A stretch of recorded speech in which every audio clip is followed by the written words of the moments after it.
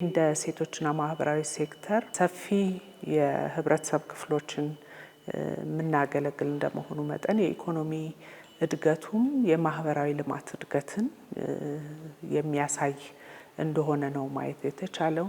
በተለይ ደሃና ተጋላጭ የሆኑ የህብረተሰብ ክፍሎችን በቀጥታም እንደዚሁም ደግሞ በቋሚ ድጋፍ እንዲያገኙ ከማድረግ አኳያ በገጠርም በከተማም ከ1 ሚሊዮን በላይ የሆኑ ዜጎች በዚህ 9 ወር ውስጥ ተጠቃሚ እንዲሆኑ የማህበራዊ አገልግሎቶችን ተጠቃሚ እንዲሆኑ ማድረግ ተችሏል።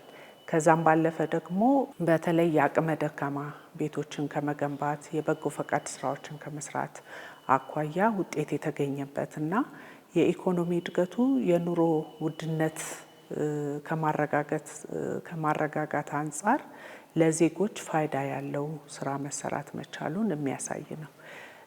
ከዚህ በተጨማሪ በተለይ እንደ ሴቶችና ማህበራዊ ጉዳይ የሴቶችን፣ የወጣቶችን፣ የአካል ጉዳተኞችን የኢኮኖሚ ተሳትፎና ተጠቃሚነት ማረጋገጥ አንዱ ትልቁ ስራችን ነው። ከዚህ አንጻር በተለይ የዘላቂ የልማት ግቦችን ከማሳካት አንጻር በኤስዲጂ 5 ላይ የተቀመጠውን ግብ ከማሳካት አንጻር ኢትዮጵያ ትልቅ ስራ ሰርታለች። ይሄም የስርዓተ ጾታ እኩልነትን ማስፈን ወይም ደግሞ የሴቶችን በኢኮኖሚም በማህበራዊም እንደዚሁም በፖለቲካው ረገድ ተሳታፊ እንዲሆኑ ማስቻል ነው። ከዚህ አንጻር እንግዲህ ሰፊ ስራዎች ተሰርተዋል። በአመራርነት ደረጃ እንዲመጡ የተደረጉ ሴቶች ሽፋንም ከፍ ብሏል። እንደዚሁም ደግሞ በኢኮኖሚም ብንመለከት በቁጠባም በብድርም የተሳተፉ የሴቶች ድርሻ ምጣኔን ከፍ ማድረግ ተችሏል። የወጣቶች የኢኮኖሚ ተጠቃሚነትና የስራ እድል ፈጠራንም ብንመለከት እንደዚሁ ከ3 ሚሊዮን በላይ የስራ እድል የተፈጠረበት እንደዚሁም በቁጠባና በወጣቶች የተዘዋዋሪ ፈንድ ተጠቃሚ የሆኑ ወጣቶችን ቁጥር ከፍ ማድረግ ተችሏል። ስለዚህ እነዚህ ትልልቅ ውጤቶች ብለን የምንይዛቸው ናቸው። በማህበራዊም ዘርፍ ስንመለከት በተለይ የስደት ተመላሾችን ስናይ ባለፉት 9 ወራት ከ44 ሺህ በላይ የሚሆኑ ዜጎች ከተለያዩ ሀገራት ወደ ኢትዮጵያ እንዲመለሱ ማድረግ በተለይ በእስር ቤት ውስጥ በተለያዩ ችግር ውስጥ ሲኖሩ የነበሩ ዜጎችን ለዜጎች ትኩረት የሚሰጥ የዲፕሎማሲ መስመር በመያዝ ወደ ሀገር ቤት እንዲመለሱ እዚህም መጥተው በጊዜያዊ መጠለያ ላይ ደግሞ ድጋፍን እንዲያገኙ የማድረግ ስራ ተሰርቷል። ይህ ብቻ አይደለም። የማህበራዊ አገልግሎቶችን በጊዜያዊ መጠለያ ላይ ካገኙ በኋላ ወደ መጡበት አካባቢ እንዲመለሱ የማድረግና የኢኮኖሚም ተጠቃሚ እንዲሆኑ ዘላቂ የሆነ የኢኮኖሚ ልማት ውስጥ እንዲሰማሩ ስልጠናዎች ተሰጥቷቸው እንዲገቡ ተደርጎ በጣም ብዙዎቹ በሀገር ውስጥ ሰርቶ መለወጥ እንደሚቻል ትልቅ ተምሳሌት የሆኑበትና የራሳቸውን ማህበር ያቋቋሙበት በሀገር ውስጥ ሰርተን እንለወጥ ብለው የራሳቸውን ማህበር አቋቁመው ከመንግስት ጋር ደግሞ ሌሎች ለስደት ተጋላጭ የሆኑ የህብረተሰብ ክፍሎችን ከማስተማር የመከላከል ስራንም ከመስራት አንጻር ሰፊ ስራዎች ተሰርተዋል። ትልቁ ተጠቃሽ የምናደርገው ደግሞ የወጣቶች የበጎ ፈቃድ አገልግሎት ስራዎችን ነው። ለማህበረሰባቸው የዜግነት ግዴታቸውን መወጣት የሚችሉበት አንዱ ትልቁ የበጎ ፈቃድ አገልግሎት ስራ እንደመሆኑ መጠን ከ22 ሚሊዮን በላይ የሚሆኑ ወጣቶች በተለዩላቸው 13 የበጎ ፈቃድ አገልግሎት ስራዎች መስኮች በመሰማራት ወደ 50 ሚሊዮን የሚጠጉ ዜጎችን በአንድም በሌላም ተጠቃሚም ተደራሽ እንዲሆኑም አድርገዋል። ከዚህ ውስጥ እንደ አብነት የምናነሳው የአቅመ ደካማ ቤቶችን መገንባት፣ የደም ልገሳ፣ የትምህርት ቱቶሪያል ክላሶችን መስጠት፣ ማስተማር፣ የትራፊክ ደህንነት አደጋ እንዳይደርስ እና የተለያዩ መስኮች አሉ። በዛ ተሰማርተው ወጣቶች ማህበረሰባቸውን እየጠቀሙ ነው። ስለዚህ ይሄ ትልቅ ስራ ነው ብለን የምንይዘው ነው። ሌላው ከጥቃት ጋር ተያይዞ ጥቃት እንዳይደርስ መከላከልና እንደዚሁም ጥቃት ደርሶ ሲገኝ ደግሞ ለተጎጂዎች የስነ ልቦና ድጋፍም ሌሎች የማህበራዊ አገልግሎቶችንም በመስጠት በዘላቂነት የሚቋቋሙበትን ስራ መስራት ነው። ከዚህ አንጻር እንግዲህ የአንድ ማዕከል አገልግሎት ቁጥሮችን ከፍ ማድረግ ችለናል፣ ተደራሽ መሆን ችለናል። ከዛም አልፎ በተለይ የሴፍ ሃውስስ ወይም ደግሞ እንደ መጠለያ ቦታ ሆኖ ጥቃት የደረሰባቸው ብዙ ጊዜ ከትራውማ የተነሳ ወደ ማህበረሰቡ ቶሎ አይቀላቀሉም። እዛው አገግመው የተለያዩ የሙያ ስልጠናዎችን ወስደው ወደ ሙያ ደግሞ የሚሰማሩበትን መንገድ መፍጠር አንዱ ስለሆነ ከዚህ አንጻር ሪሃብሊቴት የሚያደርጉባቸውን ሴንተሮች ገንብቶ ሰርቪስ መስጠቱ ላይ ትልቅ ስራ እየሰራን ነው።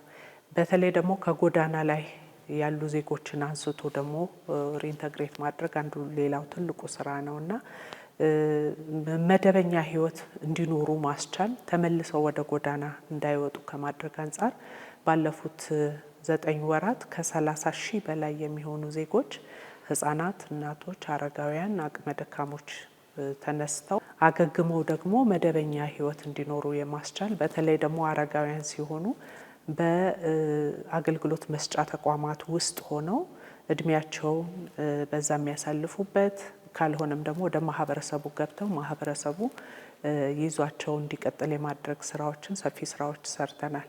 ትልቁ ደግሞ በማህበራዊ አገልግሎት ላይ በተለይ ተረጅነት አስተሳሰብን መቅረፍ ትልቁ ስራ ነው።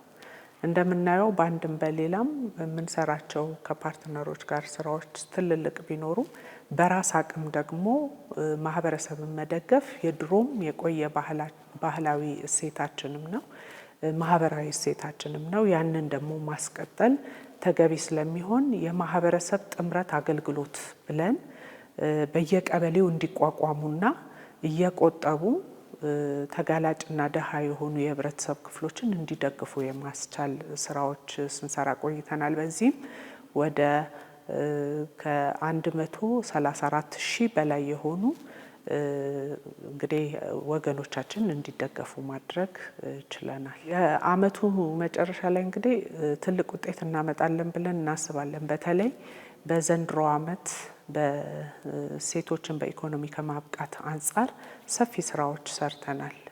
ባለፈውም የማርች 8ን አስታከን ከአዳራሽ ወጥቶ ታች ድረስ ወርዶ የመደገፍ ስራዎችን የሴቶች የልማት ህብረቶችን ማጠናከር፣ ምክንያቱም የሴቶች የልማት ህብረት ለብዙ ማህበራዊ ችግሮች ቁልፍ መፍቻ ነው ብለን ነው የምናምነው። ሴቶች በኢኮኖሚ ተጠቃሚ ሲሆኑ ከማህበረሰባቸው ለራሳቸው ብቻ ሳይሆን ማህበረሰባቸውንም ይዘው መውጣት ይችላሉና ይህ ጠንካራ ስራ በአመቱ መጨረሻ ውጤታማ ስራ ይሆናል ብለን የምንጠብቀው ነው።